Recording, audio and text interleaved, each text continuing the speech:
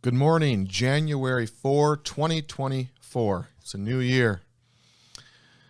The times have changed, but the problems remain. Abortion in Indiana is alive and well. 8,000 plus children were destroyed on our watch in the great state of Indiana. And what is our response? Well, Roe Wade fell down. The Goliath of abortion ran into the forest, and all the Christians threw up their hands and went back to life. If there's a different narrative, please call me. I'd like to know. Today, I'm going to do a short video. I'm going to pull up a few scriptures to explain why we're still here. So, the legislative session begins this January. What do legislators do? Legislators enact laws. It is good that we have law in society. This is a fundamental truth for every single Christian, Judeo-Christian. That is the nation we live. We have Mosaic law. We have Christian grace. They work together. They are not separate. Let's dive right in. So, Pastor Paul at Harvest reminded us this legislative session is important. There's a bill. There's a bill being reviewed that will potentially fine pornography companies $1 million per violation if children can get into porn. Anyways, this video is about abortion. So, okay, let's jump right in here. Isaiah chapter 10. Woe to those who enact evil statutes. Evil statutes. Okay, what is an evil statute? An evil statute is any law that does not reflect God's law. Any abortion law, any abortion regulation that makes it possible to kill a baby is an evil statute. For 50 years, Americans have been okay with the regulation of murder. And for many, many years in Indiana, we have regulated the practice of murdering the unborn, and we have called it progress. Enough's enough. Woe to those who enact evil statutes. Legislators, Christian legislators, are going to gather and go in their committees, review and hear and vote on bills, and the Goliath of abortion ran into the forest and nobody slew the giant, and now we're on to other things. Let's just talk about the lie, right? Why do we keep regulating abortion? It's very simple. Remember the Love Them Both advertising? What is the messaging of the Right to Life movement? The messaging is simple. Love them both. We have conflated the law of God with the love of Jesus. If we truly hate abortion, we would love the moms who are considering abortion. Oh, you stay with me. Just 5 verses, your mind will explode, and you will wonder why you gave 1 penny or 1 day of your year to a life group. Corinthians 13. We stood at the altar with our wives or husbands, and someone read that chapter to us about what love is. What love is. Love is patient. Love is kind. Love does not envy or boast or brag. It does not look after itself. It always protects, always trusts, hopes, yada, yada. We get to see a picture of God contrasted with just how wretched we are. We see the characteristics of a God, and we don't share those characteristics. And so on our wedding vows, we would like to think that we could be like God, that we could love. And love, as that chapter says, always rejoices with the truth. And what is the truth of abortion?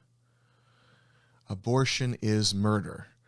All Christian legislators say, yes, life begins at conception.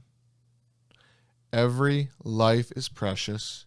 to end that life prematurely is murder.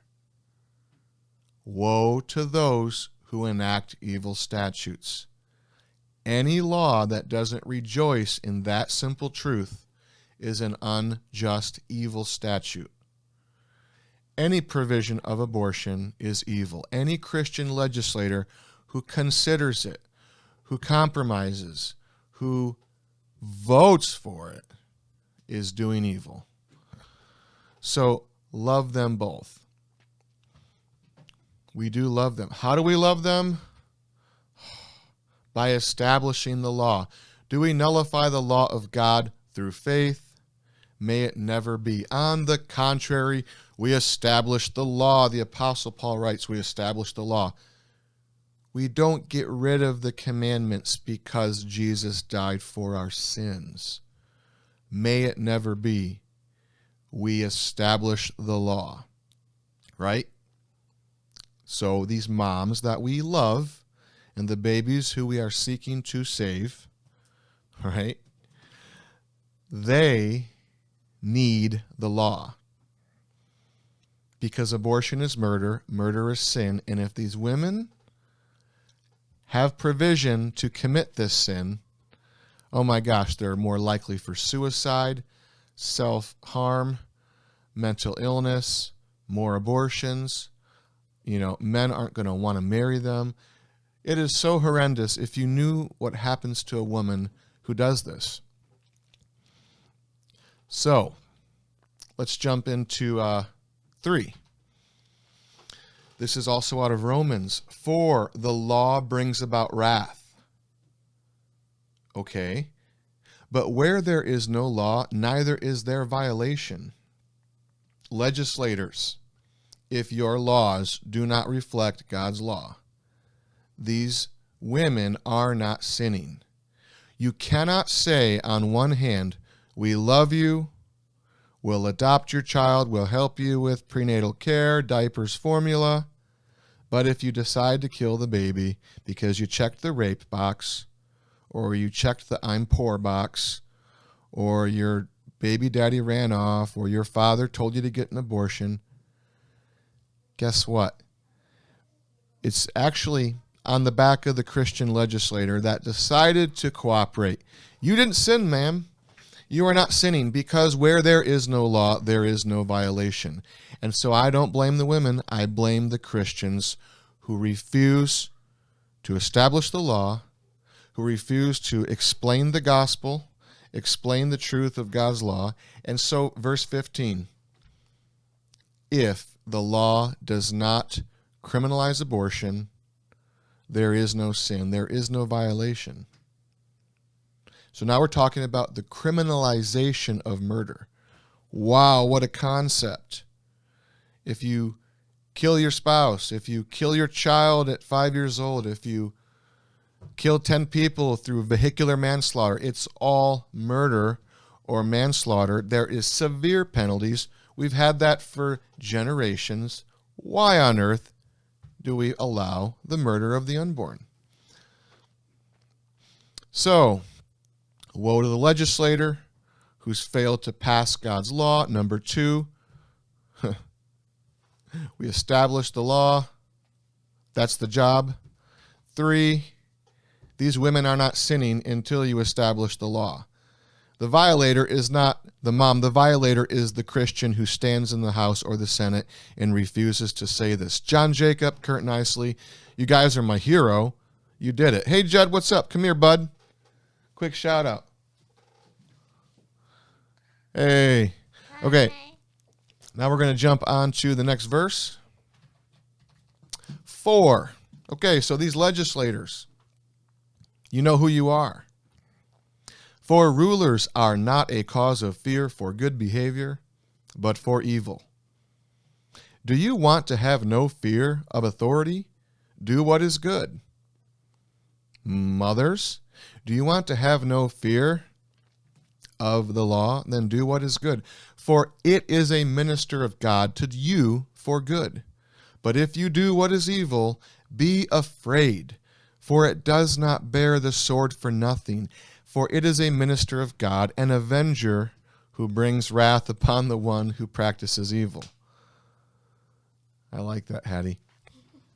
So, Christian lawmakers, it is your duty to criminalize abortion. Romans 13 is clear. Moms should be afraid to kill their children. They would be the primary suspect in an abortion, specifically an unlawful surgical abortion. Now, any coercion, boyfriends, fathers, friends, if you coerce, you are equally guilty. You are now an accomplice to murder. You should be afraid of prosecution and penalty. It's very simple. I know this is just like I've unearthed what is so obvious, right, in just 5 scriptures. So that's Romans 13. That is, God gives government to bear the sword on evil. It is God's tool, his instrument, right? Law is meant to bring wrath, right? For the law came through Moses, grace and truth through Jesus Christ. Okay? They're not in opposition.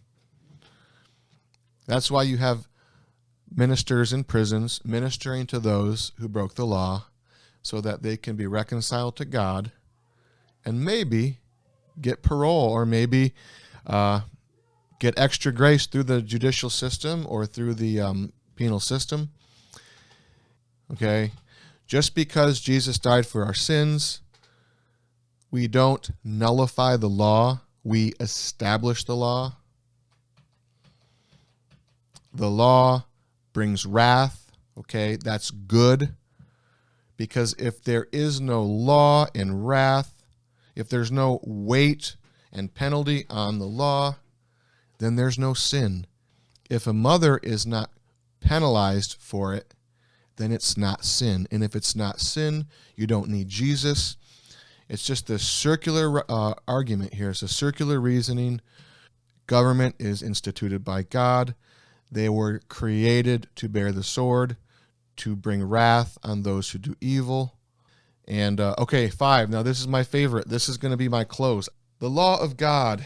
Go read Psalm 119 or Psalm 19. Like, God's law is great. If it was just on the books, we wouldn't have pornography. We wouldn't have abortion. We wouldn't have no-fault divorce. But anyways, Galatians 6:2. Bear one another's burdens and thus fulfill the law of Christ. So love them both, right? And that's where you get duplicitous and conflated, where love the mom, love the unborn baby, carry their burden, right? That's the law of Christ. That's the Christian thing. We don't criminalize. Well, actually, I think we saw the truth. We saw it clear as crystal that the burden that we must carry now is the burden to enact God's law. We need to help our Christian legislators enact God's law. That is what will end the bloodshed. Adoption is not going to end the bloodshed. More Hope Centers isn't going to end the bloodshed. More Deeper Still banquets isn't going to end the bloodshed. The blood is on our hands. It's on specifically those who stand in the Congress, who stand in the House, who stand in the Senate, and refuse to pass just laws. Call it equal protection under the law. It's such a basic biblical truth. So the burden now is help God's people do what is right in the government. Help Romans 13 be real. The burden to adopt and to shower mothers will always be there. Christians will always adopt, and they will always love, and there will always be a Mother Teresa somewhere on a street corner or in a orphanage helping moms. So as you gather and you know who you are, You better do what he said, or it's not going to be nice. Have a fantastic day, and stay in tune with this legislative session